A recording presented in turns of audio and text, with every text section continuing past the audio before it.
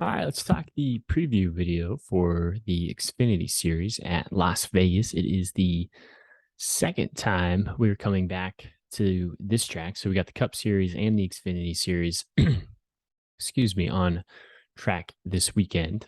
Both of them are in the third round of their playoffs. So it's race one of round three. So what does that really mean? Well, it means that these eight playoff drivers who are left in the Xfinity series and in the Cup series have the ability, the opportunity to lock themselves in to the championship four race at Phoenix later this year if they are able to find victory lane. But from more of a DFS perspective, we got 201 laps. As far as laps led go, we got 50.25 points up for grabs, and we got 90.45 points up for grabs as well. I think the Cup race is like 267 laps, so relatively, close there. But as far as what we're looking at, it's really the 1.5 intermediate data for the Xfinity series. We're leaning more heavily on the 2022 data, but since it's the same car, you can also look at previous years, especially if you know that driver's been the same type of equipment, or maybe what they were able to do in worse equipment. Now they're in better equipment. Maybe they can even perform better than they have in the past, and then always diving into practice and qualifying. So this is just really kind of an initial gut reaction thought to pricing some drivers we are high on coming into this weekend. Some of this could change once practice and qualifying is done. We'll get our final picks spreadsheet posted up on Twitter. It's at FastCarsFM. Feel free to hit us, give us a follow over there. That's where we post the final spreadsheet. You can also ask us questions there. Usually just reactions going, during the race. A lot of fun over there. So we really appreciate all the support there. So looking at the Cup Series or Xfinity Series, I should say, we have Gibbs, Gregson, Allgaier, Bain, and Allmendinger in the expensive range. Drivers in green are just drivers I pretty much just want to lock into my lineup. When you look at the season that Noah Gragson is having, specifically at the intermediate tracks, it is really hard it's really hard to make an argument not to play Gregson, except for the fact that he's probably going to be really high owned. So maybe if you're building multiple lines and you assume that Gregson's going to carry a lot of ownership, maybe you want to potentially come in a little under the field, or maybe you just want to lock him in and try to come over the field. But Gregson has been on fire. He's doing double duty this weekend. We like him for the Cup Series as well, just with his price and the equipment that he has. But Noah Gregson is going to almost be like an automatic lineup block for me. And then it really comes down to who are you going to pair with him? It could be a Gibbs, an Allgaier, Barry, Mayer. Drivers in yellow would be kind of my secondary targets of, okay, I want to lock Gregson into my lineup. And then who are some other drivers I can pair with him? I think it'll depend a little bit on where Gregson qualifies. If Gregson qualifies like first through fourth, I'm basically going to assume he's going to be the early lap leader. But if he starts a little bit deeper in the field, I probably want to pair a driver with Gregson that starts a little bit closer to the front of the field and say, okay, hey, Gibbs has the pole. I think Gibbs is going to lead all of stage one. And then I think during stage two, that's when Noah Gregson's going to take over. So you have to kind of play that narrative out in your head. But initially it's Gregson, and then I think practice and qualifying will dictate if I'm going to lean on maybe Gibbs or Allgaier, or maybe even potentially Barry or Mayer. But I think Gibbs, Gregson, and Allgaier are going to be just the top tier. And then probably my secondary options would be, in it after Gibbs and Allgaier, depending on what their practice and qualifying times look like, would be Barry and Mayer. I think those are probably the lap leaders I feel the strongest about. Some other drivers who I like as maybe a third option or potentially a fourth option, depending on how your lineup is constructed, would be Austin Hill. He's a little expensive at $9,400, but he's been extremely consistent. Not always maybe the favorite to lead a bunch of laps, but we know he's probably going to be running inside the top 10.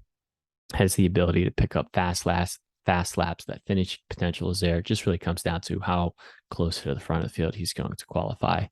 And then I was really surprised with how cheap Brandon Jones is. I mean, he hasn't been great at the 1.5s, but it's still a JGR car for $8,000, and he's super easy to get in lineups. Like you can really get a Gregson, a Gibbs, and Allgaier in your line, or Barry and Mayer, depending on if you want two or three of them, And then it's able, you're really easily able, I should say, to get Brandon Jones in your lineup there. So I really like him. 7K range, got to kind of depend on practice and qualifying. I probably aren't going to target really any of these drivers unless they start really deep in the field. Maybe they mess up in qualifying. It's more of a place differential option. I just think you get a lot more value if you can sacrifice, pay maybe a little bit lower on the slate to come up a little bit higher into this 8K or 9K range. 6K range, it's really Stephen Parsons for me based on the equipment alone. My fear with Stephen Parsons is he's going to qualify like 16th or something. So if he's able to start like 24th, 25th, I really like him as a potential option. And then as far as punt plays go, right now it's leaning towards, well, really just Haley Deacon. I mean, this was, I mean, she is making her Xfinity Series debut. I don't want to get, I don't want to set false expectations by any means. I mean, she hasn't been running great in the Truck Series, but Ford is not going to put her in a bad car. They do not want to see her, run deep in the field, have a mechanical failure.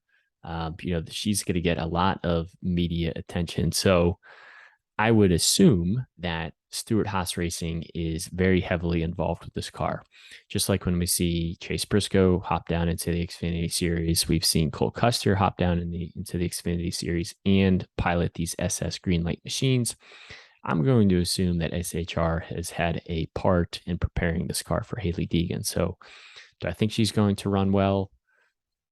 Probably not. But based off of her price and the upside alone, and considering the upside of the other drivers priced around her, it's going to be really hard not to just plug in Haley Deacon off the upside alone. I'm really shocked that she's only $4,800. I think she's going to be extremely high owned.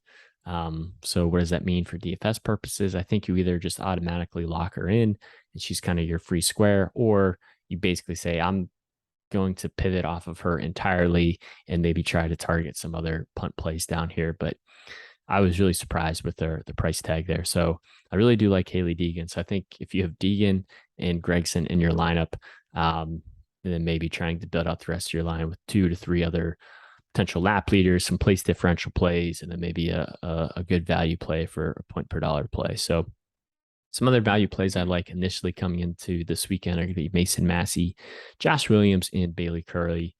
Not really interested in any of the other drivers down here. So real quick and easy, just initial thoughts preview, just to kind of hopefully get you a little bit excited about the upcoming NASCAR weekend. I know NASCAR DFS really takes a toll, a dip, a hit when NFL comes out. We only got 4 weekends left in the year.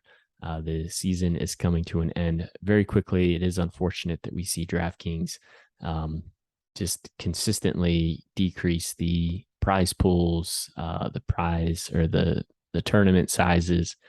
So it is discouraging. And I know a lot of people turn their head away from NASCAR and go to NFL around this time of the year. So I do appreciate all of the viewership that we're still getting towards the end of the year. I know NFL has taken a lot of focus from a lot of people. So thank you for still being here. Thank you for helping continue to grow our channel. We'll have 2 more videos posted this weekend once practice and qualifying is done for both series, but have a good rest of the week, and we will catch you here in a few days.